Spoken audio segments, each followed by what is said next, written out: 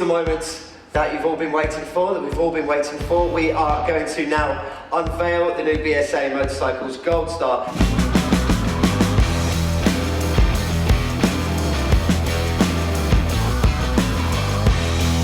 So welcome to the National Motorcycle Museum and welcome to the brand new launch preview of the BSA motorcycle. So let's go and take a look.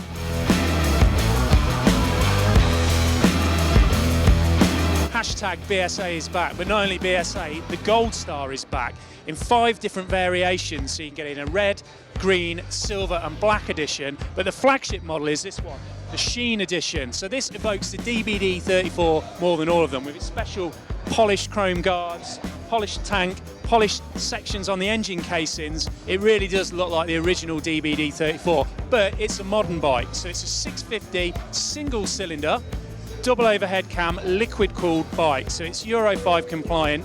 It's got 45 brake horsepower. It's a low revving, easy riding bike, but with the essence of the original Gold Star. It looks to be a fantastic machine.